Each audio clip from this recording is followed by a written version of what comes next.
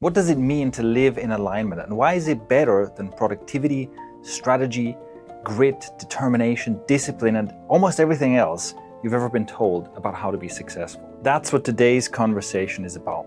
My longtime friend and business partner, Paul, grills me on what is probably the strangest, but also most amazing, most magical experiment in personal development I've ever done. Paul knows me really well, so he was able to extract personal details and stories that most people wouldn't have thought to ask about. And while the idea of living in alignment can seem totally vague, here we keep it practical. We talk about what exactly it means, how you can cultivate a sense for the inner compass that tells you whether you're on the right track or not. We talk about how alignment was the key to growing our most successful business, and also the reason I stepped out of that business. You'll also discover why alignment is a much better and more useful tool to use than a constant search for your grand life's purpose. So without further ado, let's get into it. I think the starting question is, what do you actually mean by aligning your life? What does it boil down to? It's the idea that you can, let's say, reach a destination in more than one way. We're going through our lives as human beings, we have goals. And you have goals like, maybe I want to build this business, or I want to make money, or I want to be healthier, or I want to have a better relationship, or find a partner, whatever. And there's multiple ways to reach such a goal. You can try to go about it in a misaligned way, which feels a lot like wading through molasses upstream or banging your head against the wall. And sometimes that works. Like, I have achieved some goals like that. I think we both have, where you go, okay, this is my goal, and you just kind of grind it out. And in a way, I think this is what we partially did on our entrepreneurial journey. We're like, okay, we have a business goal. We essentially throw our bodies into the meat grinder to make it happen. Because you just go, well, this work needs to get done, and I'm just going to work day and night in order to achieve this goal. And so that's possible. I think sometimes maybe that's even necessary to work like that. But what I have found is that there are certain goals where doing it that way became my only way of doing things. Just stubbornly smash my head against every obstacle that comes my way. And it got to a point where basically the obstacles started winning, So what I found is that often there are ways to achieve the same goal in more aligned ways where everything becomes a lot easier. Look, you can try to hack your way through the jungle to get to your destination, or you can use the scenic path, or you can drive up the highway, right?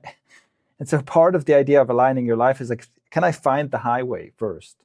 Can I find what is the easiest way to do this? Now, the way I've described it up until now sounds like, well, maybe is this just about efficiency? Is this just about using the right tools, the right strategy, and so on? But there seems to be something more to this, where when I talk about aligning my life, it's essentially paying attention to signals, kind of signals that you get from the world, signals from the outside, but also signals from within that kind of tell you whether you're on the right track or not. And what I've experienced is that when you listen to those signals and do the things that are more aligned, it can create an experience of, instead of you constantly encountering obstacles, things fall into place, things happen. It's like the opposite of banging your head against a series of obstacles that life throws at you. And it's more like, oh, it seems like you're going with the flow. You are happy, coincidences are happening. You're meeting the right person at the right time, and things play out more easily. This is what I would call aligning your life. And this is why, to me, it's not just about strategy or productivity or time management or something like that. I would say that it appears that there are things that you're meant to do and things that you're not meant to do. And when you try to do the things you're not meant to do, you're in for a really bad time. And when you try to do the things that you're meant to do, things play out much more easily. And this is something that you also find when you look at how some highly successful people, athletes, entrepreneurs, and so on, talk about their process, or also a lot of creatives, authors, for example, or artists. When they talk about their process, There's something like that that often comes through. There's even flow states, actually. Flow states, I think, are an example of this, where I think you can only get into a flow state if you're doing aligned work. And what happens is that you, as we see out of flow research, you unlock like a 10x, right? You're so much better at doing something that you can get into a flow state on than you are at even no matter how much effort you put into something that you can't get into a flow state on, right? So there's something there. There's something there that has to do with choosing the right direction, choosing the right things to work on, choosing the right things to do. And the feeling is, am I battling upstream or am I flowing downstream? Can you give me an example of how you've arrived at this from your personal life? Maybe some examples of where you were in conflict, but you were kind of bashing through, and then you kind of figured out that you work better in alignment.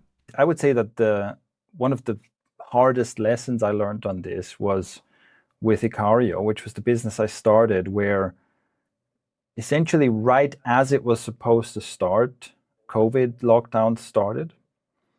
And that was the first big obstacle, because the original idea I had for the business was supposed to be like retreats and workshops and in-person stuff. So obviously, COVID lockdowns right away, huge obstacle.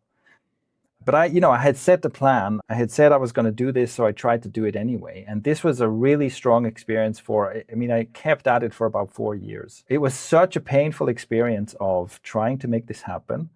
And I was running the playbooks that had worked for me before. So I thought, like, I have the recipe for how to make this work. I have the recipe for success, and just nothing would work. I can point to a bunch of things that we didn't do well, and some of them we didn't do well because we just couldn't figure out, we couldn't get our processes in place. There was too much chaos and so on.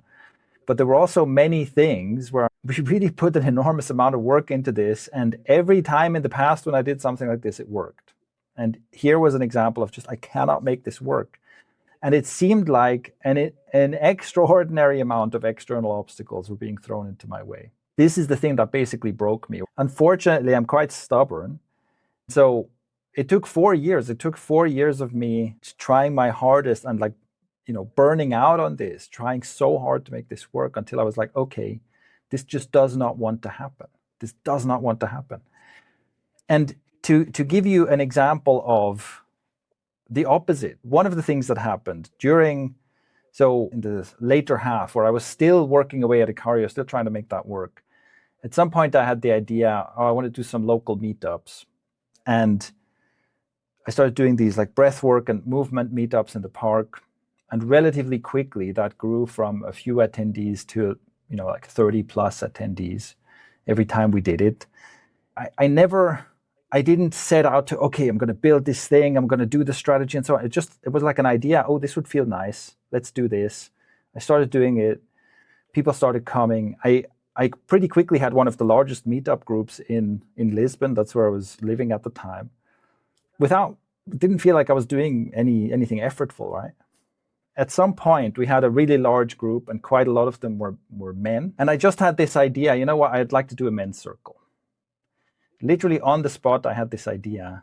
And I announced at the end of our breathwork meetup, I was like, hey, gentlemen, come over here. I have an announcement. Got the men to come over. I said, listen, I'm going to start a men's group. Gave a date and a time, joined this WhatsApp group. And immediately, 6, 7 people joined. Started a men's group, and basically immediately had a men's group of 18 people or something like that, who all committed to come weekly for whatever it was, 2 months. And again, another example of, I didn't try hard, it just happened. And doing that felt great, right? Like, in contrast, so I would be in my home office, stressed beyond comprehension, trying to make Icario stuff work, and it just wouldn't work. And then almost like as a break, I go to the park and do my meetup stuff. I love it. It grows easily. I start a men's group. Immediately I have as many men as I really can take in that men's group. Everybody loves it. I get positive feedback, and it's easy. And that's an example of how things unfold when you're following the flow. Out of that men's group, talking to those guys, the topic of porn addiction came up. Several of the guys shared that this was something they'd been struggling with, or were currently struggling with, or were in recovery from. And that gave me the idea to look into that topic, because that's something I'd had as well in the past. I really struggled with porn addiction for a lot of my life. And I started looking around, and I saw that the way people online talk about this seems to be missing the point. Or at least nobody was talking about the things that really worked and made a difference for me. So I thought, hey, I'll start a side project channel called Equipped by Healing. Started making content, felt relatively easy to make content. Grew a TikTok audience from 0 to about 200K in a few months. Grew a YouTube channel from 0 to, 20K or so subscribers relatively quickly. This kind of thing, where the amount of effort I was putting into that and the results I was getting compared to the amount of effort, at that point, the Icario channel was like 2 or 2.5 years old, and we'd been doing so much work, and it had maybe like 5K subscribers, and nobody cared. I want to add one more thing that I forgot to mention, and I think it's a useful piece of nuance. So while the experience of growing that TikTok channel was an example of getting into a new thing, feeling more aligned, immediately getting positive feedback, seeing something's going on here, even though that TikTok channel was doing so well, I stopped posting there. This was also because of alignment. While it felt good to get millions of views on many of my clips and to get this validation and positive feedback, I also realized that although I was reaching lots of people, I wasn't actually helping many people on TikTok. It didn't feel aligned to keep doing this just for the sake of chasing the numbers. What feels much more aligned for me is making longer form content, and making the kind of content that maybe reaches fewer people, but that gets people to send me messages telling me that I changed their lives. That's why I stopped posting to that TikTok page and instead focused more on long-form content, podcast episodes, and coaching. While the numbers there in terms of views and engagement were never as impressive, it was making a bigger difference, and it was also a far more viable business model. To me, this is further evidence of how well alignment works, and it's an example of calibrating as you go. This is me going step by step and seeking further and further alignment as I'm working on a project. That's an example of the contrast of going against the flow or being misaligned versus being aligned. And a really important aspect of this too is that when I'm aligned, when I'm doing the work that feels aligned, it feels good. In the sense of it feels good in my body. I enjoy doing this work. I feel relaxed. I feel energized. Sometimes it's still hard work, don't get me wrong, but it feels good, right? Like doing hard work can feel good. Whereas when I'm misaligned, I feel tense. I feel stressed. There's pressure. There's like mounting pressure in my body. Lots of tension. For me, there's lots of tension like in my neck and my back. And it feels like this constriction. It feels super unpleasant to be doing that. That would be like my contrast of what it's like to be misaligned versus aligned. I can relate to this. When we were running Thrive Themes, the start of Thrive Themes felt very much in alignment. We were just kind of buzzing at the idea of getting something started, excited to work on the project and whatnot. But when I took over a role at Level Up, which is an outsourcing company that we both run with a partner of ours, that was an example where I really felt misaligned, to the point where almost every day I would have insane resistance to doing the things that I know I should be doing, that the business needs to be done. But I just didn't feel like it was playing to my strengths or playing to what I wanted to be doing with my life. And that resistance just kept draining me. And I had all these playbooks. I know how to beat resistance. I've got all these little tricks, little mindset hacks and whatnot, little playbooks that I revert to get myself to do what I need to do. But that only works for so long. For me, after a few years, it was like, okay, I've just got to face the reality here. I'm not the best person for this role. I stepped down and just felt so much better after that. Yeah, you're someone you're good at forcing yourself to do stuff you don't want to do. Like you say, you have the playbook, you have the tools. I really want to emphasize this. I think you're very good at this. You're much better at this than most people are. You have much more of, maybe call it discipline than most people have. And yet it's like at some point you just can't keep going upstream. Yeah, there's only so much willpower. And I wasn't good at it. Like, it's just to be clear, 10 years ago, I kept failing at stuff. But I realized that I was failing at things because I wasn't seeing them through, because I didn't have that resilience, and I kept going on to new ideas and new products and whatnot. So I built up this kind of set of tricks that I fall back on.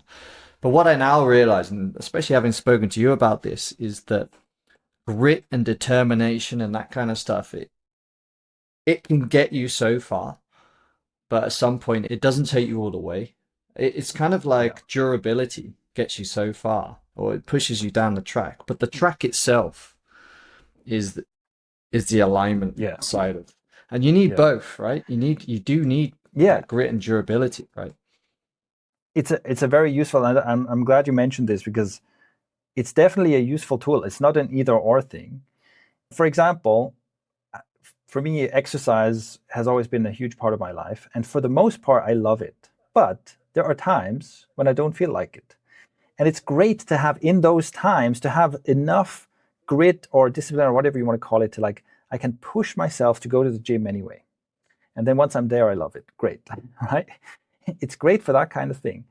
But if my experience was every time I exercise, I hate it the entire time, for me, that would be a sign of, well, find something else to do. Maybe I hate lifting weights in the gym. Maybe I can go to a Brazilian Jiu-Jitsu gym and I love that, or to a dance class or climbing, or, there's a million things you can do.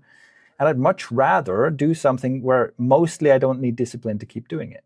A really illustrative example of this for me is when it comes to learning, where, when I was in school and also in university before I dropped out, it was like, do I have a learning disability? What's wrong with this kid, right? Why can't he learn things? And that was the impression I had of myself as well. I thought, well, I must be kind of dumb, right? But it turns out that as long as I have real curiosity about something, it is super easy for me to learn things.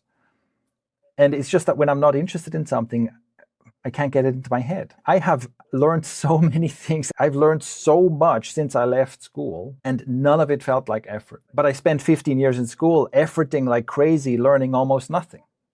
And that's the exact same thing. It's like, look, the missing ingredient was school kept presenting me with stuff that I either wasn't interested in or presenting it in such a way that it didn't arouse my curiosity.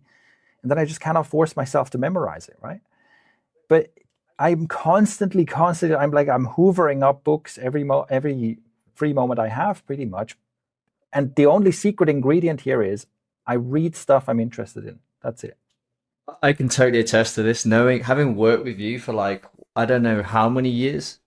I sometimes refer to you as like the troubled genius, because like you have all these fascinating insights and just unbelievable intellect on these interesting topics. But then when it comes to like something, I don't know, admin work or, company taxes and stuff like that, it's just a bloody nightmare. I just do it myself basically, because I know I that know, yeah. you hate that stuff. And that's it. That's Yeah, you misaligned. yeah, exactly. And it's also, yeah, isn't it funny how on some really basic questions of our business, I don't even know. I don't even know our business's numbers and stuff, right? Which you would think like, what's wrong with this guy? But it's just like, that's how bad I am at learning anything or memorizing anything that I'm not like super curious about. And at the same time, this is actually one of the signals. I think curiosity is a really strong signal of alignment, what catches your curiosity. So, all right, I want to ask a few more questions about alignment, and then I want to get into the practical details of this, like in the trenches, how you apply this to your life. So, would you consider alignment to be like purpose, like life purpose? Some people talk about life purpose and life meaning. Is it the same thing? I think it's related, but the problem with purpose and meaning is that it is this distant thing. It's like if I say, okay, here's what you need to do. You need to figure out your life's purpose, the meaning of your very existence. And then once you have that target at the horizon, then you just go in that direction. Great. The problem is that's a huge ask. How the hell are you supposed to know? And I also think that life does not work like that. So what's much easier to say is, instead of telling you, look, there's some distant place beyond the horizon that you somehow have to get to, if I can just give you a compass and say, look, if this needle is pointing this way, you're going the right way. which means that every step of the way you can check whether you are in alignment or not. Right? That's much more useful, and you can start doing it right now, and you don't have to know what your ultimate life purpose is. And I think that for most people, it just doesn't work like that either. Look, I think some people figure out what their thing is very early on. You know, you have, I don't know, some 3-year-old that just gets obsessed with piano and then plays piano all day long and becomes an amazing pianist. And I actually think that we overrate those stories. We think that, okay, that's how it works, right? You ought to find your one thing and then do that thing for the rest of your life. But I think that's actually very, very rare. What I've noticed in my life is that very often I pick up things along the way on what seems like a total detour that become useful much, much later on. And a good book on this, by the way, is Range by David Epstein, where he talks about the difference between people who have like a single discipline that they pursue all their lives versus people who are more jacks of all trade. And how the jacks of all trade have a very different life experience because it takes way longer to pick up, let's say, 5 different, like skill and experience in 5 different domains, and then come to that point where somehow it all comes together. And then it turns out, oh, this is my life purpose, is bringing all of this stuff together. But you might be like 50 or 60 by the time that all comes together because it takes that long. And if you're on such a journey, and any given moment of that journey, you don't know where it's going. For me, an example of this is that when I was a kid and in my teens, I was obsessed with martial arts. And I was training martial arts all day long, and that was my life. And then I seemingly abandoned that and became an entrepreneur. But it turns out that a lot of the stuff that I picked up in my chapter of martial arts, let's say, are things that served me extremely well later on. And that it's, for example, I learned how to teach. You know, I was a martial arts teacher as well. So I learned how to teach. I picked up skills that were useful for me for like running teams later on. I picked up communication skills that became important to me. And then also, and this is, 25 years later, I do a men's circle and I start working more with men specifically. And it turns out that the kind of warrior archetype stuff that I learned in my teens, in my martial arts obsession, now becomes very, very useful. But at the time, I couldn't have, there's no way I could have planned this out and be like, okay, I'll do martial arts stuff for 15 years, then I'll do entrepreneurship and productivity stuff for 10 years, and then it will put me in the position to do this third thing, So that is all to say that I think it's much more useful to navigate moment by moment, step by step, than to feel like you have to figure out your grand life purpose. So it's like a continual process rather than a one-time project that you handle for like a week and then, all right, that's done. Good. I've got my life purpose now. Exactly, yeah. So exactly. With you, so obviously I've got this insight that's probably a bit deeper than most people because we've worked together for, I don't even know how long, years. 12 years or something. 12 years. Just a bit of background info. We created this company, Thrive Themes, together. And then after about 6 years, I think you were like, okay, look, I need to get out. I've had enough. I want to do something else. Was that a period of your life where you just felt really misaligned with the purpose or with the vision of the company and you really needed to make a change? And what did that feel like to you? What does it feel like when you're misaligned? That's exactly what happened. So with Thrive Themes, it definitely felt aligned, even though I do think we were pushing a bit too much into burnout for a lot of it, but it felt aligned for a long time. And what happened is that the company outgrew me. And it's a totally different thing to go from 0 to 1, to have like a vision of a product and the business and to start it up and to build the initial team and to have like a small team where you know everyone intimately and you're working with them to create something. And even with customers, to have like 1,000 customers and you kind of almost know them intimately as well. And that kind of environment is where I thrive. That worked really well for me.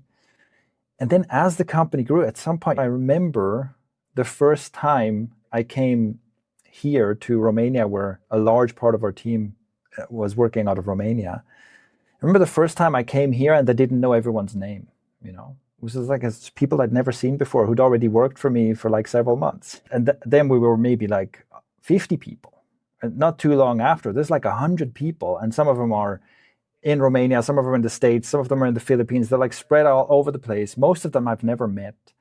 And all of a sudden it becomes this, it's just very different to run a company with 50,000 customers and 100 employees than to do like a startup-y thing. And so I just noticed that I'm not really cut out for that kind of thing. I'm not that good at it. So that's one of the things I noticed, like the actual value I could bring to the company started diminishing. I became more of a bottleneck in more areas of the company.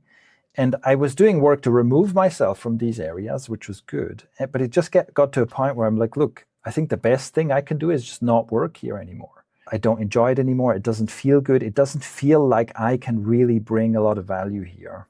What it feels like is I didn't look forward to my days anymore. I wasn't in flow. I certainly wasn't in flow. I didn't feel like I could make a real impact. And it's just a sense of, again, like it's more tension, more stress, more just a feeling of unease.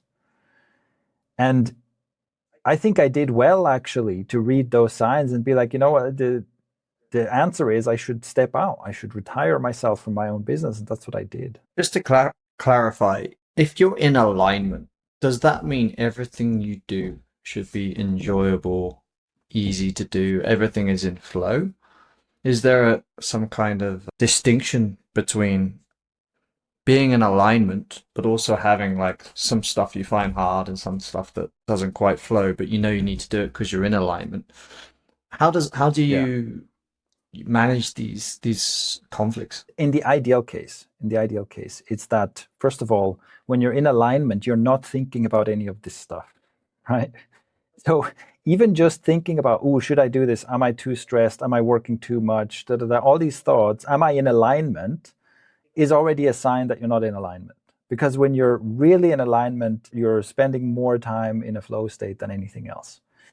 And what I can say from my own experience is that one of the activities for me that is clearly super aligned is teaching. I've done many forms of teaching, and it's just, I so reliably drop into a flow state when I'm teaching. So reliably. And it can be, I can have a good day or a bad day. I can have slept enough or not slept enough. I can have whatever else going on. When I start teaching, the self-concern, all the stuff about how am I doing, just drops away. So right away, I think that's a sign where if you're having all these questions, something is already misaligned. I think that, especially for a big project like Thrive Themes, building a business like that, there's just no way, or at least it seems that there's no way, there's not going to be times where you have to do something that feels misaligned. You just have to get through it, right? But I think in that case, well, first of all, it needs to be limited. You say, okay, I have to deal with this bureaucratic bullshit once a year for tax season, and we get it over with, and as soon as we have enough money, we pay someone else to do it. Okay, so that's like a limited time, right? It's confined. As soon as it becomes chronic, where you're like, well, every day I'm grinding through a bunch of stuff that doesn't feel good, that's a problem to be addressed. And also, it's not about you never do anything that's hard. I think the best way to think of it is, okay, anything that you, again, training, right? If you go to the gym and you lift, when you lift a heavy weight, it is hard and you want to be doing it, right? It is hard and you're efforting, it's difficult, there's almost a little bit of suffering involved. But if someone came to you halfway through your training and said you're not allowed to continue, you'd be pissed, right? You're like, I want to do this. I want to lift this heavy weight. That's the point. And it's the same for other forms of exercise, right? You're running and it's like you want to push yourself to run further or faster or whatever. You want to climb up the wall. Even like the fact that it's hard is the point, right? If someone's listening to this going, okay, how do I apply this to my own life? Like, think of something that is difficult that you enjoy doing. It can be a physical activity where you enjoy the physical strain. It could be even like playing a video game where it's like you don't want to play an easy video game. You want to play a difficult video game, right? You want to conquer the difficult video game. Think about how that feels hard. When things feel hard like that, you might still be perfectly aligned. But there's a different kind of this feels hard when you're forced to do something that you don't want to do, and where it's just a different quality, right? It's a different quality. And I think this is also a good exercise to figure out, well, how does that feel? Especially, how does it feel in my body? How does it feel in my body when I'm doing something hard that I want to be doing versus when I feel like I'm being forced to do something that I don't want to do? And for me, the experience is completely different quality of experience. But also it could be something like, as an example, you value creation and you want to be a creator, but the actual process of sitting down to write, for example, is quite torturous sometimes. It can be, you can want to do anything but write. Coming from personal experience here. But you still know that that's the kind of person you want to be. You want to push through that resistance, because at the end of it, you want to be this creator. You want to publish a book. You want to be an author. So I'm still in alignment there, even though I'm suffering, if that makes sense. Yeah. I've been a creator for I don't know how long. I've always had a creative drive. I know for a fact that when let's say at the end of a week, when I have published one or several things, when I can point to, look, this is what I created this week, I know that I'm in a better state, that I feel better about myself and my life, even if those individual acts of creation, there's often that kind of thing where it's like, oh, something about this feels hard, I'm not sure about it, and I'm struggling through it to some degree. But I know that if I simply go, well, I'm not going to do this because it feels hard, by the end of the week, I will be in a worse state. I will feel worse. Let's consider moment-to-moment alignment, as well as in slightly larger chunks. How do I feel at the end of the day? How do I feel at the end of the week? Although, having said that, I do think that the first thing to pay attention to is the moment-to-moment experience. Because so with my content creation, that has been an ongoing journey, where sometimes the reason creating content has felt difficult for me is because, for whatever reason, I forced myself to do something that didn't feel aligned. And the typical thing is, well, we all get captured by the metrics, right? It's like you upload a video, you see how many views it gets, or you upload a post to Substack or whatever, you see how many comments it gets. Like, you see the metrics and you start chasing metrics. And before you know it, you go, okay, well, I'm going to make this video on this trending topic because that seems to be working, but you don't actually want to. So that is something to pay attention to. Like, are you forcing yourself out of alignment? Because in that case, the act of creation is something that is in alignment, but making a YouTube engagement optimized Mr. Beast video, because that gets the numbers, is not in alignment. And then you're caught in some kind of quandary, right? Because you want to be in alignment, but you kind of need to play the game somehow in order to get views or build your business or whatnot. It's quite a tricky line to navigate, I imagine. Yes.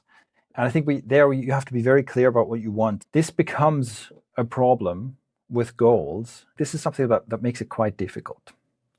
Because I think the thing that we're afraid of is that, okay, what if I start doing things that feel aligned, but then I lose my job, or the content I make doesn't go viral anymore, or the thing that I feel called to create doesn't make me rich. What now? I want to be rich, right? This is a big thing for, obviously most of us, right? We want to be rich because it's nicer to have money than to be broke. But then the question is, how much are you going to sacrifice? How much of your well-being and of your moment-to-moment well-being are you going to sacrifice in order to become rich? Especially considering that most people don't end up becoming rich regardless. And here is where the idea of alignment becomes interesting.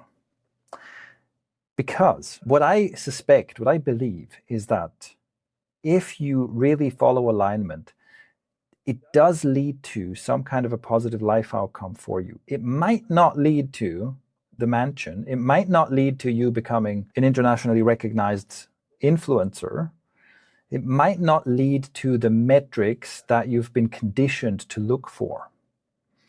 But I think that if you follow alignment, it leads to something good. To make this more specific, what I mean is there might be a world in which, what you're trying to do is you're trying to play the influencer game, and it's making you feel dead inside. But the dream is, if I become a big enough influencer, I can make millions and I can live a good life, right?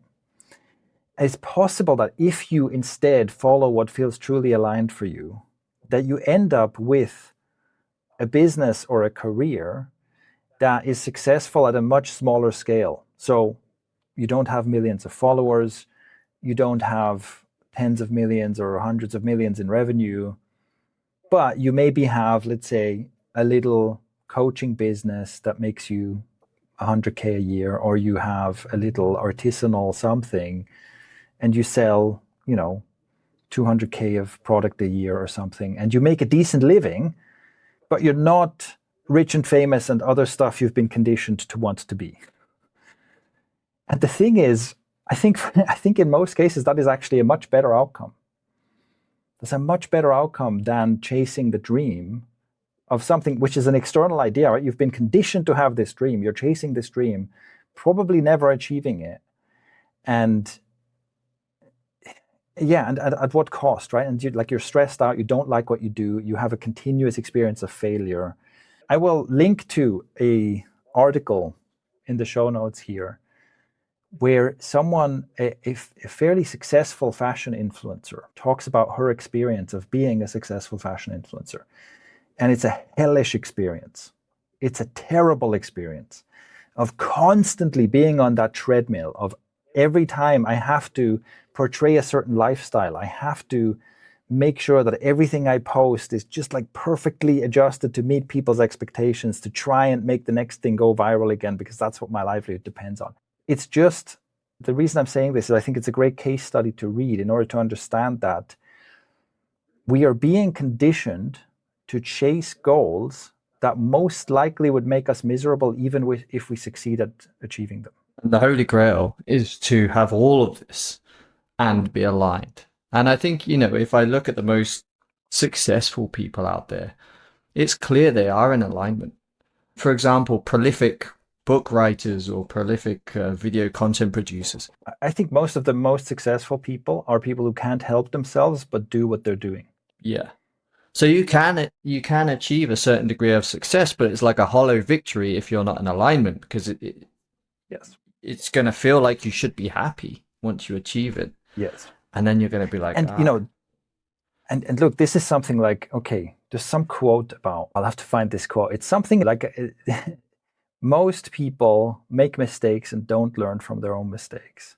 Smart people make mistakes and learn from them. And wise people learn from other people's mistakes. And this is, how many times in our culture have we heard this story of someone going, I achieved the thing, right? I got the career, the promotion, the mansion, the cars, the trophy wife, all of the things, and I hated my life. Usually it's like, how many times? Yeah. Then I got addicted to drugs, became an alcoholic, ended up in rehab, and now I'm a monk living on a mountain.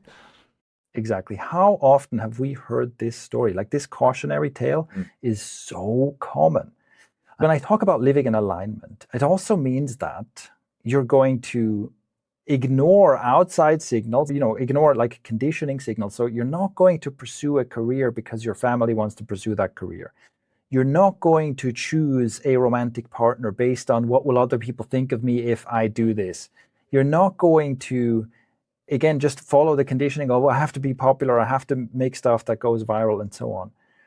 You're going to follow, first of all, an inner signal of what feels aligned, and you are going to see if the world responds in some way. It kind of gives you breadcrumbs, gives you signals that you're on the right track. But you're going to let go of a lot of conditioning. And here's the scary thing about letting go of conditioning, is that we're very afraid to fail, because the illusion is that if you do what's expected of you, you will succeed. This is what, certainly we grew up with this, and I think still a lot of people grow up with this idea that, do well in school, get the degree, get into a good university, finish there, become a doctor or a lawyer or whatever, some high-paying career, right? And follow the career path and get more and more money over time and get the house and so on, right? Why are we being told to do that? Well, it feels like a safe option, right? If you have a safe career in a safe industry and you have a home and so on, it's like safe. Things are not going to go wrong. But the problem is, how many people does this actually work for? How many people does this strategy of essentially following conditioning work for? I think the vast majority of people either fail in pursuit of that dream or achieve the dream and have still failed because they're depressed and anxious and so on. So in a certain way, I think seeking alignment is a bit less risky. Like, it feels more risky, but I think it might actually be less risky than just following conditioning. At least there's a potential way that you succeed if you're in alignment, whereas there's literally no success path if you're not in alignment. And I can relate to this because not only do you have ego at play here, there's also commitment bias. You could be 10 years into a career and then realize, like, you've studied at university, you've spent 20 grand or whatever it is to pay your tuition fees. Then you're in a graduate program and you're 5 years further down into your career before you realize, you look around and you're like, you know what? I don't even really want this. I look at success, the person who's got the corner office over there, and I look how stressed out he is. I can relate to this, actually. I was in the insurance industry once I graduated, and I had that experience where I was looking around the office and I was like, you know what? This isn't for me. I was the youngest person in the office. Everyone was 10 to 20 years older than me. I was looking around and I was thinking, this isn't what I want. I had to change my course, but it can be really tough to do that once you're committed, once you've sunk costs into it. And you have to ask yourself, am I playing a game where I win if I win? Which sounds silly until you realize, like, we often play games where even if you win, you still lose. And it's exactly that. It's like, yeah, okay, now I have the corner office and even more responsibility and even longer work hours in a job that makes me feel dead inside, right? It's like, yes, you won, but you're losing. The more you win, the harder you lose, basically. If you don't define what success looks like for you, you kind of just default to everyone else's view of success, right? You have like this whole, like you say, fancy car, big house, 2.2 children and so forth. You just kind of default to that. And that's its own can of worms, because living in alignment means that you can't do the people-pleasy thing anymore. This is its whole own can of worms to be like, well, I'm living my life in such a way that I'm trying to not upset anyone, right? It's like, that is a recipe for suffering right there. And so even there, like, there's this scary thing of like, okay, I'm going to start making decisions that maybe some people around me disapprove of. I'm going to make decisions that maybe ruffle some feathers, but I'm going to make them because they feel in alignment for me. And that is at the same time a little bit scary and also massively liberating when you start doing that. So we've covered this pretty high level now. We should try and aim to live in alignment. It's a much more endurable way of living our lives. I would argue that it's probably easier to become successful if you're living in alignment. It's certainly easier to push through if you have that kind of deeper sense of meaning. But now let's get into the weeds. Let's talk about somebody who's got a full-time job, for example. They don't really like what they're doing. They don't really know what they want to be doing either. How do they assess where they are in their life in terms of alignment, and what kind of process would they follow to become more aligned? At some point here, we have to talk about honesty or integrity, because you can't do this if you're lying to yourself. And so I think I just want to put a pin in that. We probably have to get back to that. But first, in the scenario you just laid out, the first thing to do is to start paying attention to what makes me feel alive versus what makes me feel dead inside. And in fact, think of it like two columns, right? On the one side, misaligned is like, it makes me feel dead inside. It drains me. It makes me feel tense. It feels like something's wrong. It feels like I'm kind of beside myself, right? There's all kinds of feelings, all kinds of signals of how do I know that I'm misaligned? And what I'm saying here are just some examples. And think about which ones of these do you feel at which times during your day. On the other side, in the second column, alignment, we have things like, well, first of all, I'm in flow, so I'm not even thinking about any of this stuff. I feel relaxed. I feel at ease. I feel maybe a sense of expansion. I feel energized. I'm following my curiosity. There's something exciting about it. And even like what we talked about before, I'm doing something hard and it feels good. I want to be doing this hard thing versus I'm doing something hard and I don't want to be doing it. I don't want to be here. Another indicator is like, how much do you want to escape?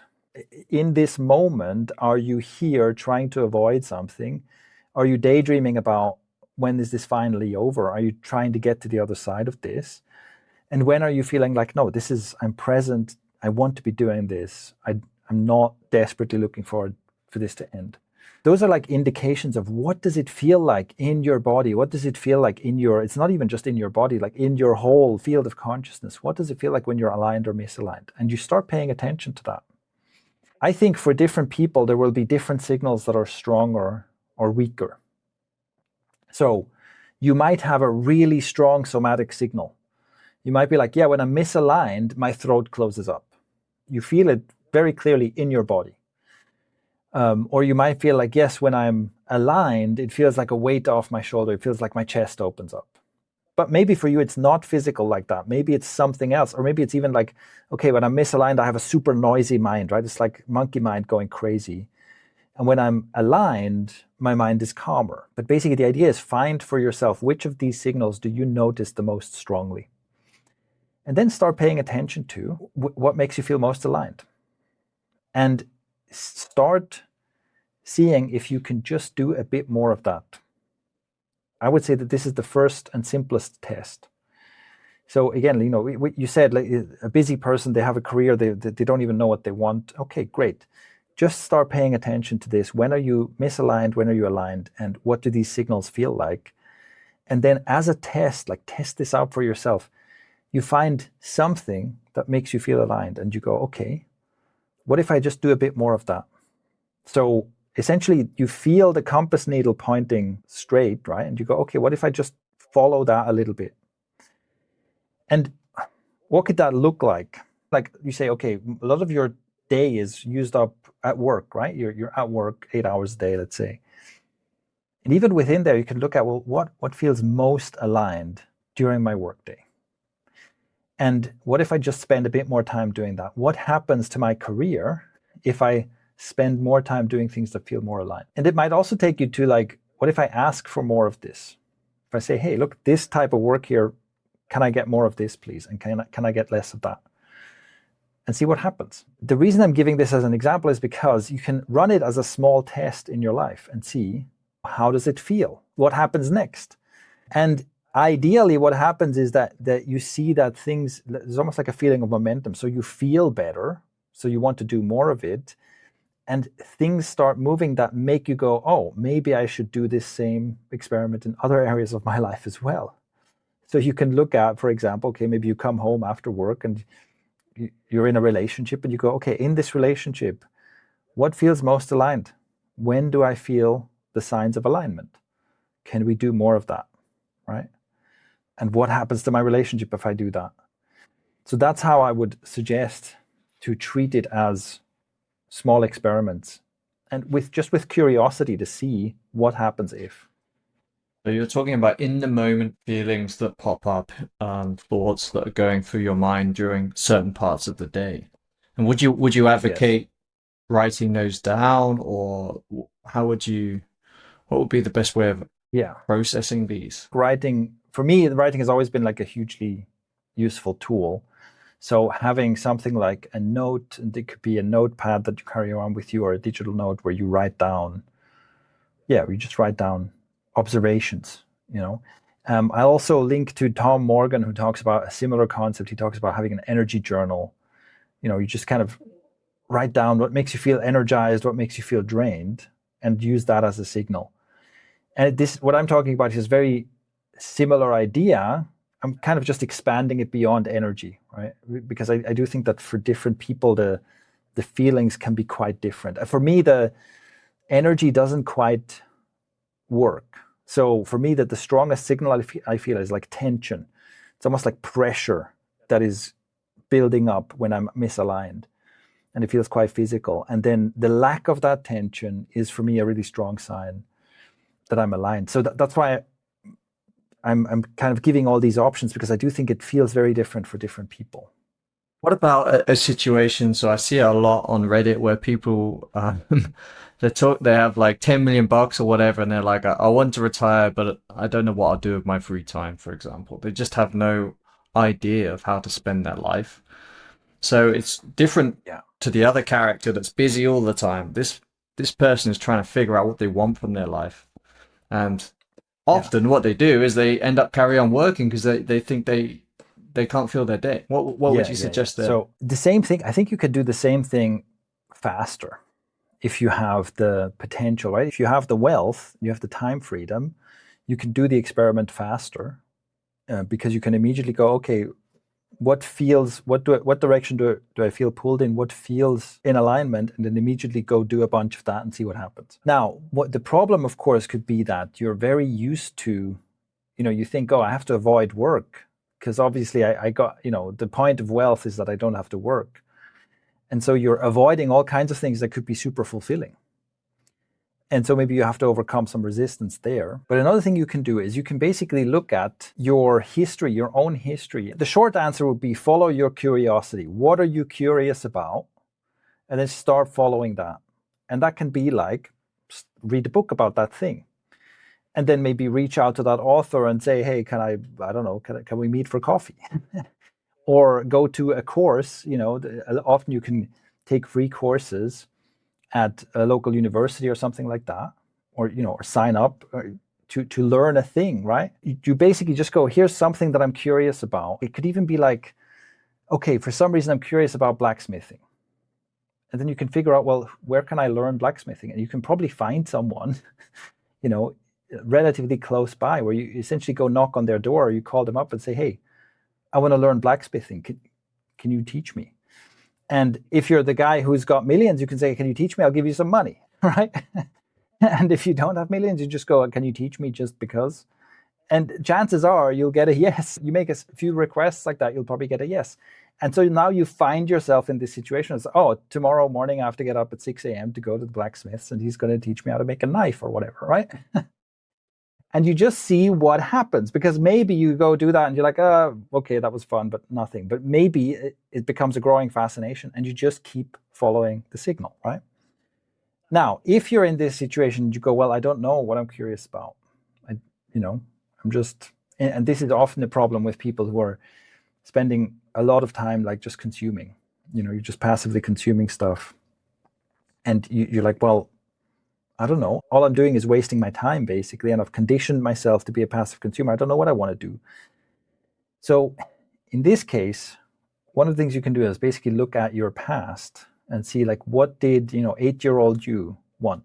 And I think there's often actually signals there. For me, it was, as an 8-year-old, I was already completely obsessed with weapons and warriors and knights and fighting and so on. So that would be a sign for me. Like, if I hadn't discovered this about myself yet, I could look at that and be like, oh, why was I so into that? And I could go to a martial arts gym, and see what that feels like. And then I would discover, oh my God, I love this, right? And then I'd go do that. So that is an interesting thing to think of. If you look back at your child self and also look back at your past, are there things that, okay, there's like a very spiritual way to think about this that comes from a writer I really enjoy called River Kenna, who said something like, look back at the path that your soul has been walking all along.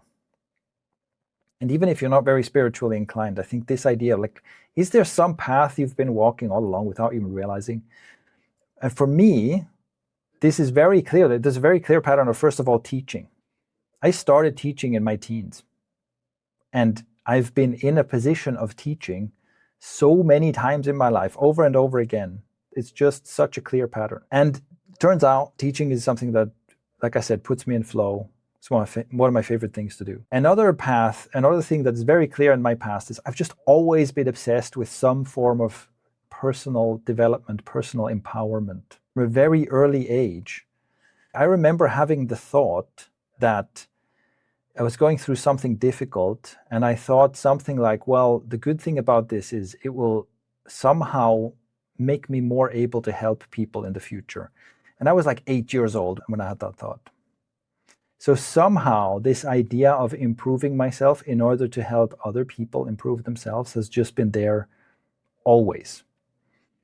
So yeah, excavate, maybe talk to your parents, ask them, what was I like when I was 7 years old, you know? It seems to be like a blend of mindfulness in the moment, picking up on signals and whatnot, and then more deeper like reflection and look into what your values and what kind of person you want to be as well on top of that, maybe. Yeah, and I think this might be a good moment to start talking about honesty and integrity. So this can be a huge obstacle, and it's related to what you talked about before with commitment. Because if I've spent 20 years going down the wrong path, it's pretty hard to admit that to myself. And that's an obstacle we have to overcome. If I've spent most of my life until now following, let's say, the career path that my parents and my family expected of me, and I've gotten also like maybe a lot of praise for this, you know, well done for becoming a lawyer or whatever. And obviously sunk cost is huge. I've spent all of my life getting into this career and then developing this career. At that point, admitting to myself, hey, this feels misaligned. I don't want to be doing this. It feels like I'm living someone else's life. That's hard. That is hard. And my take on this is that you can sense truth. There is something that is true that you can feel. It's unmistakable. And if you can just, the first step is just get to the point where you can be honest with yourself, right? You don't have to do anything drastic, but just realize that if you have layers of conditioning and sunk cost and whatnot that are preventing you, if you're basically saying, okay, I'm going to find alignment, but not in my career. My career is off limits, right? That could be a problem because maybe your suffering comes from exactly that. It's exactly the thing that you're not allowed to look at, where alignment is most needed and where you most, you'll get the most benefit out of making that scary step and bringing that part of your life into alignment. So you have to develop the ability to, first of all, be honest with yourself. And this can be, my favorite way to do this is just in writing. You practice writing something that is true that you usually don't allow yourself to admit, and write it down and see what that feels like. See what that feels like in your body. And look, I discovered this many, many years ago. I'm so grateful I didn't. At the time, what I did is I wrote it on paper and I burned that piece of paper because I was so afraid of this. I was so afraid. But the relief that I felt when I could admit to myself the thing that I hadn't allowed myself to see before. This is why I'm saying, like, it's unmistakable. It is unmistakable. The way it feels when I finally write down what is true, it feels like something in my whole body, right? Oh, this is true. And then I burnt that piece of paper and I didn't do anything about it for a while. So for me, the most misaligned thing in my life for a long time was relationships. At the time, I was probably 5 years into a relationship that was not good. It was not a good relationship. But I was very much in the mindset that if a relationship ends, that's a failure and it's my fault and I have to avoid this failure. So for me, admitting that this relationship does not work for me was like not allowed, right? This was a thought that I was not allowed to have. And especially saying that this relationship doesn't work for me because I want more and my needs are not being met and I don't feel like respected or valued in this relationship. That was even less allowed. That was even more sacrilegious to say such a thing because who am I, right? It's so selfish. And what was even the ultimate sacrilege was admitting that it had something to do with sex. That wasn't the only thing, but that was the hardest thing for me to admit, that I have sexual needs and sexual desires that are not being met in this relationship. And that is part of, by far not the only reason, but part of why it doesn't work. And again, that was a forbidden thought in my world because I had so much shame and so much fear around sexuality. And so a huge first step for me was to be able to write down this: I am not happy in this relationship. This relationship is not working for me. I want more. I want a relationship with someone where I feel loved and respected and desired. I have sexual desires that are not being met here. That felt hugely cathartic. And then I burnt that piece of paper and I didn't do anything about it for another 2 years. But still, that is such an important first step. And so for me, I spent a lot of time cultivating self-honesty, getting to the point where I can be fully honest with myself. And obviously, the more you're able to be honest with yourself, the more you can notice where you're aligned and misaligned, because you don't build these walls, right? You don't have like the forbidden thoughts. The whole reason I bring this up is because this could be a major obstacle. And of course, it's also really scary, right? Like that situation, I'm 5 years into this relationship and I feel responsible for her and I don't want to break her heart and so on and so forth. Like there's 1,000 reasons to not go there. And yet it's necessary. I had to liberate myself from this in order to be able to live the rest of my life, basically, right? It had to happen. Very painful, but it had to happen. How did you develop the courage to, I mean, especially in that situation, I remember that was about 12 years ago, I think. How did you build up the courage to end that relationship? And just be honest with yourself about what was going on there. I think the truth is I didn't. I think that relationship ended. It wasn't that I took the step to end the relationship. It somehow just, because it was bad for both of us. Let's be clear, right? This relationship, I think it's always like that. You know, if one person is suffering in the relationship, so is the other person. Ultimately, it was kind of a mutual agreement. It was maybe even more her initiative than mine. I did not develop the courage to do this for many more years. And that is actually something that I had to learn over the course of several relationships, where like I could see that I would keep falling into the same patterns. I would keep causing the same suffering for myself. And slowly I got better at noticing. And it's essentially the same thing, like noticing that misalignment, just noticing this is not working for me. My whole system doesn't feel good here. And developing the courage to, first of all, like speak up, because it's not like as soon as something feels bad, you have to end the relationship. But even just being able to say, hey, something doesn't feel good here for me. Can we do something about it? And then the next problem was I would immediately collapse if there's pushback, because I had the tendency to always blame myself. So if she would push back, I would immediately be like, yes, you're right. It's all my fault. I'm so sorry, right?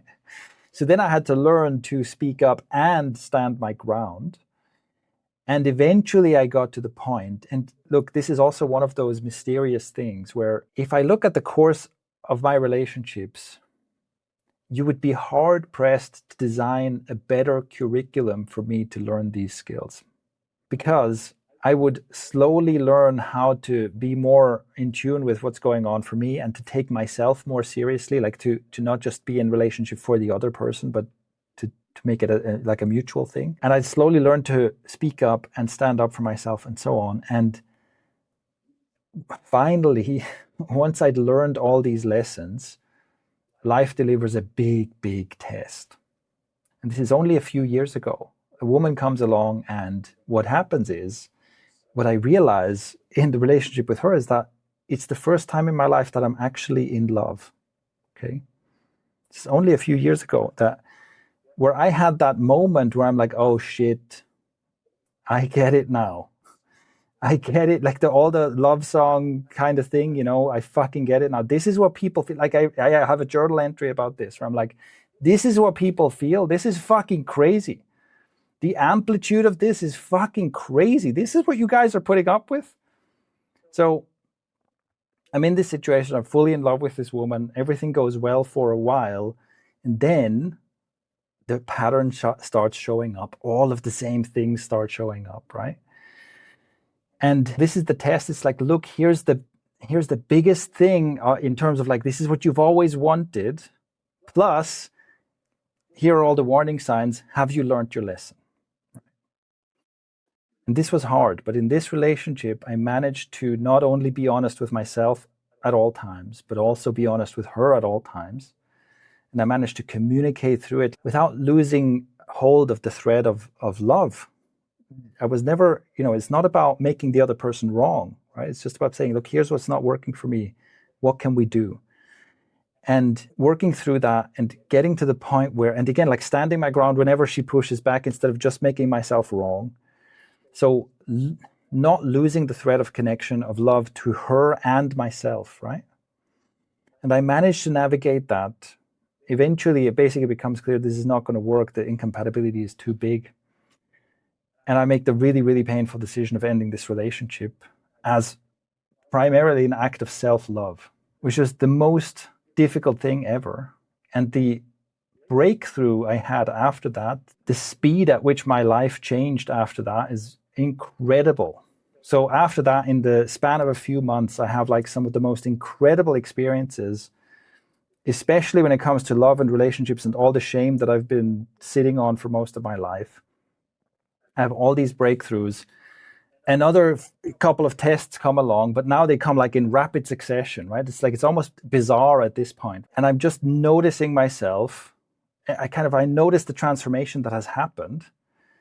And yeah, I'm now in a completely different place. But all of that is a story of alignment, where I went from being totally misaligned and in a relationship situation, always just immediately abandoning myself and then suffering, to learning to be aligned and stay aligned even when things get difficult.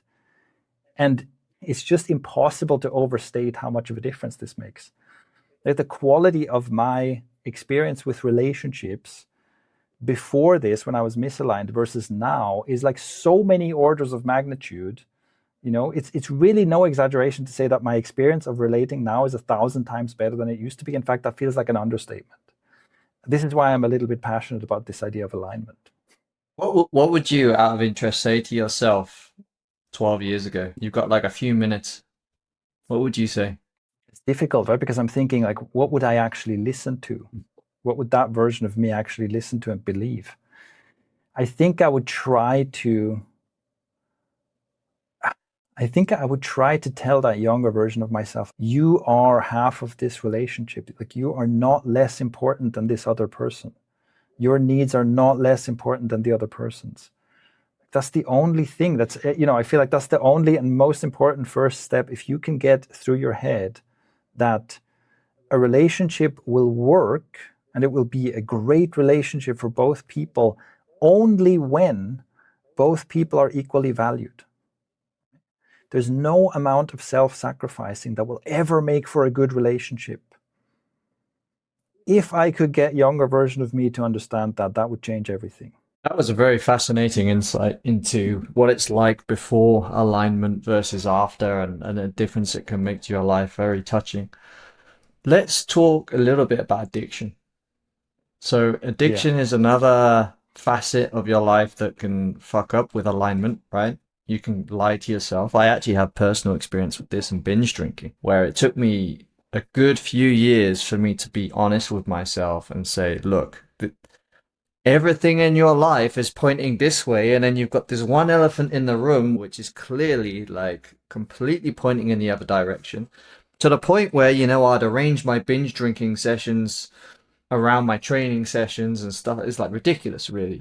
Wow. Okay. Yeah. And I'm like building myself up on the one hand and then destroying myself with these binge drinking sessions, and then putting myself back together again during the week and then destroy myself again. I had to be honest with myself and say, this is just this. If I'm being honest here, I'm actually imprisoned by this addiction, and I need to break free of it. What was it like with you and porn?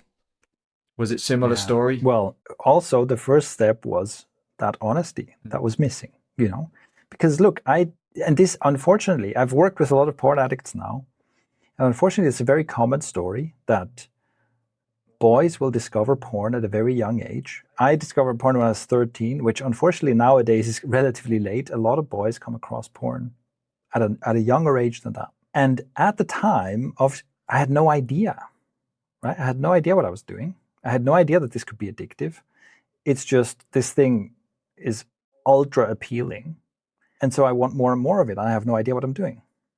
So before I know it, I've basically already formed an addiction. Pretty much as soon as we had, fast enough internet at home, I always snuck off to the computer and watched porn whenever I was alone at home or whenever there was an opportunity, right? For many, many, many years, I was doing this and I didn't think of it as an addiction. And what makes it worse is that basically everybody does it, which I think is also true with the drinking, right? It's like you see everybody around you drinking, you're like, this is fine, this is normal.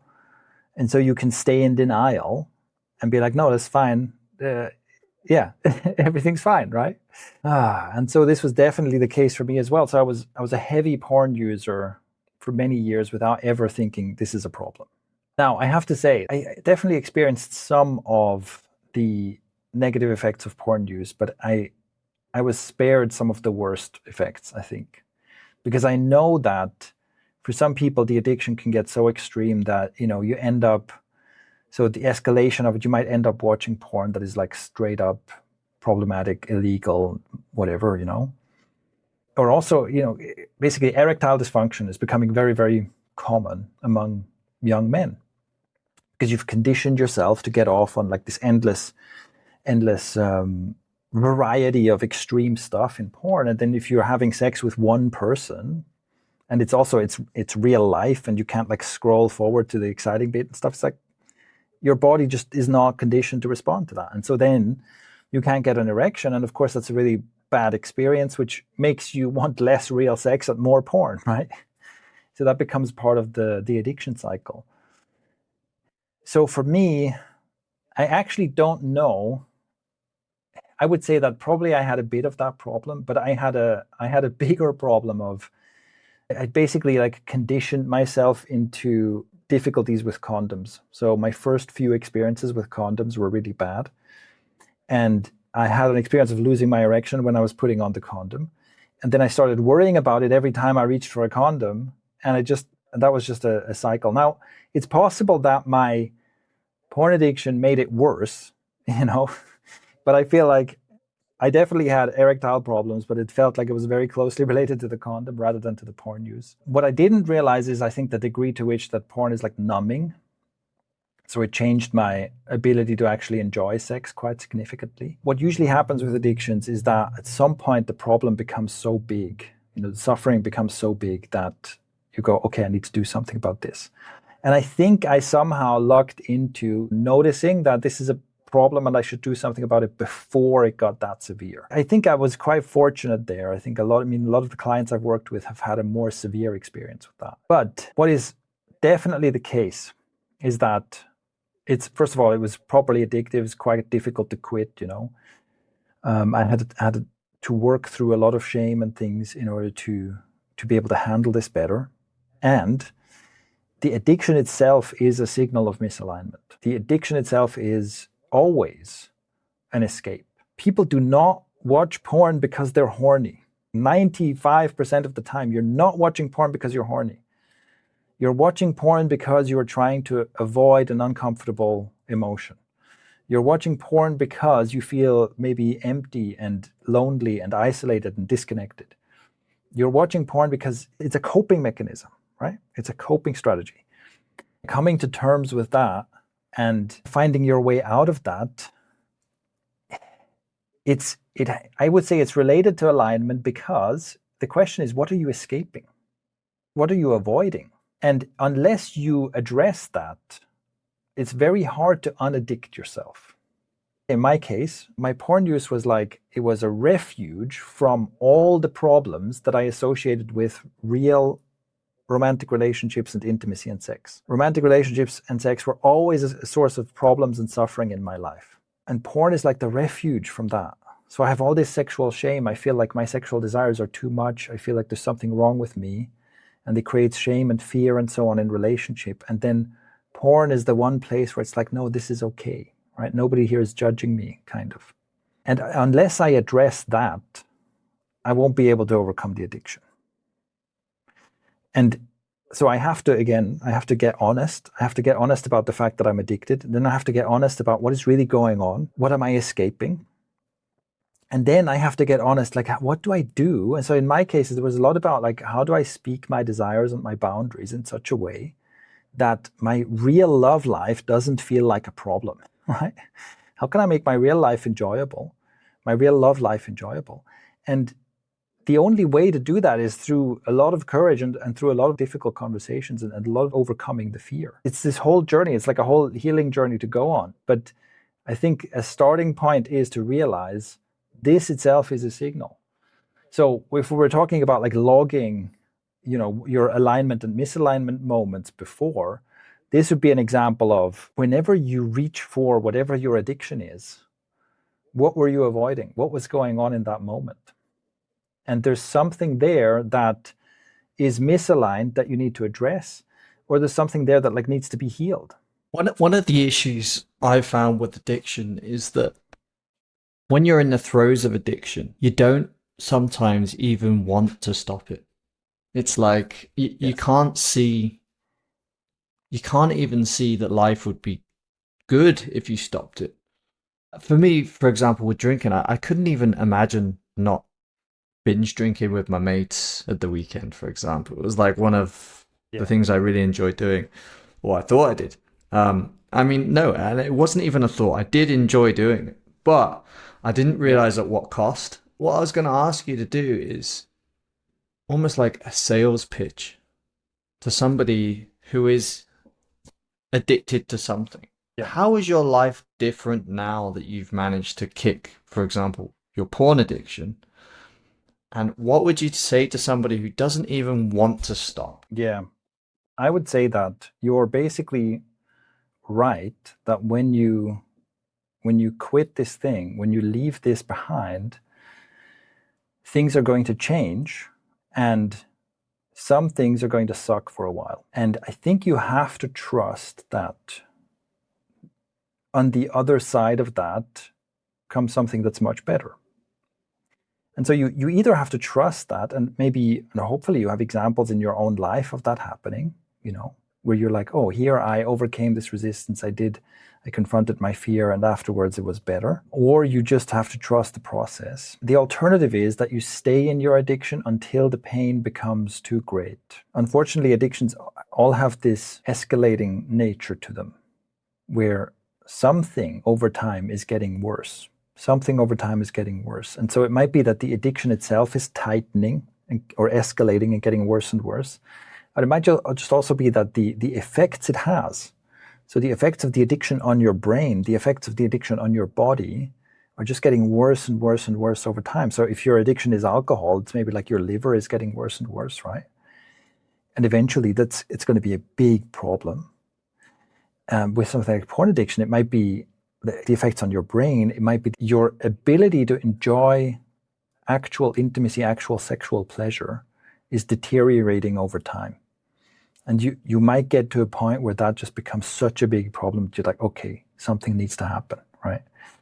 Something that people also experience with many types of addiction is like your ability to enjoy your life, like in general, just to enjoy everyday life becomes number and number because you're getting used to this extreme stimulus. So you can't enjoy the little things anymore, basically. And eventually we call that depression. So in one way or another, if you don't choose to take that journey now, unfortunately, you're virtually guaranteed to get to a point in your life where the pain and the suffering is so great that you will want to take this journey. And to be honest, I respect everyone's choice here. It's absolutely your right to choose that second path and to say, I'm going to find rock bottom, right? I'm going to go find rock bottom and then maybe I change my life. You have the right to do that. And I would say that maybe a wiser choice, but who am I to judge? But maybe a wiser choice is to say, you know what, maybe I'm going to turn this around before I hit rock bottom. And this is what I did with porn addiction, which I'm really grateful for. I'm really grateful that I didn't take it to, the extremes that I've seen some people take this to. Specifically with my porn addiction, like there's so many things that happened on the other side of it. It required me confronting a lot of these fears and a lot of my shame and so on, which can be so difficult, right? It can be so difficult to be in this situation where it's like this thing that feels so wrong and so painful, and I have to confront this, or I have to somehow learn to love this part of myself that I've shunned and hated all my life. It's very fucking difficult. And get help, by the way. Get help to do this. I don't think anyone needs to or should be doing this alone, right? You can and should get support in overcoming an addiction. There's definitely, many moments of difficulty and many tears shed as you go through this. But on the other side of it, there is, first of all, like a lightness of, I don't know, it's like, yeah, you put a weight down.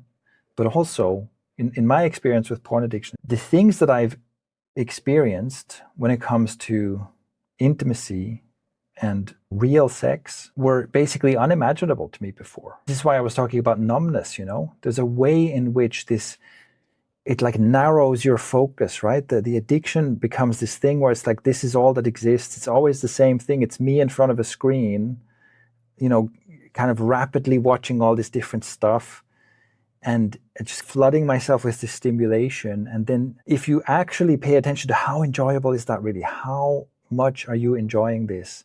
For me, the answer was not very much. This is more like a distraction. This is more like numbing myself than actually enjoying sexual pleasure. And actually bringing attention to that, bringing attention to how much do I actually love this is often part of the solution. And then on the other side of addiction, that starts opening up.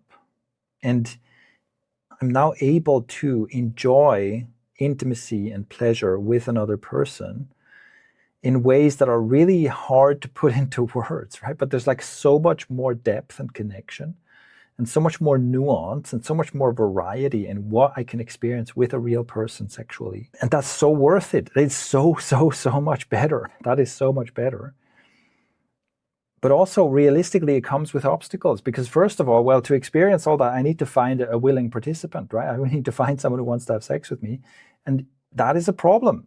Like for most men, that is right there. That's a challenge. And that might be part of the thing you don't want to face, right? It's like, oh no, what if I have to go dating and then I get rejected and that feels bad and so on and so forth. So there's another thing you have to work through, and real intimacy and this kind of depth of connection also comes with all kinds of stuff. Right now it comes with attachment, and intimacy feels vulnerable and so on. So it's like, it feels a little bit like leaving the video game behind and engaging in real life. Building a real business is a very different and higher intensity experience than playing Railroad Tycoon or Civilization or whatever, where you're doing similar things. You're strategizing and building wealth and so on, but you're doing it in a video game. But doing it in real life is much higher intensity, much more engaging, and more difficult and more rewarding. And it's the same with, it's like putting down the toys. It's a step of maturity, right? You place down the toys and you decide to become an adult and engage with this at a much higher level of power and responsibility. That's scary, but it's definitely worth it. It's awesome. I've got a dog grooming session. I've tried to like delay it as much as possible, but I'm booked in and I can't push it back. Yeah, it's all good. So I'm taking the dog. I'm gonna have to dash off. It's a shame because we're on a good little trajectory there, and I could have gone on for another few hours, but maybe we'll do another session. Yeah, I think this is a good start. I think this is good groundwork. And that concludes our conversation. As you could hear, because of a dog grooming appointment, our conversation was cut short. But also, we covered a lot here. I'm not sure if the right choice would be to go full Joe Rogan and post a 4-hour episode. I think this is a great start. And my main request to you is, if you found this useful, if you found this interesting, leave a comment. Give us some feedback, ask questions. This is something I really want to dive into and make as practical as possible for as many people as possible. I have been experimenting with alignment for myself, and it's been amazing. And now, well, as you heard me say, one of my favorite things to do is teaching. So now I'm thinking, how can I teach this as effectively as possible? How can I help other people get these kinds of results and even more amazing results than I have gotten? And I would be super excited to have you with me on this journey. So go ahead and leave a comment if you have any questions, if there's anything that you would like me to dive deeper into in a future episode and in future content pieces. Just leaving your impressions, leaving your feedback, leaving your comments is hugely inspirational and really, really helpful. Also, if you're not on my mailing list yet, you can sign up below. I'll leave the link to that below. And it's primarily useful to sign up because in a world of algorithms, chances are you will not see my content even if you're subscribed on YouTube or in your podcast app. And my goal here is not to make the most engagement optimized content ever and try to win the algorithm game. My goal is to make content that is genuinely useful.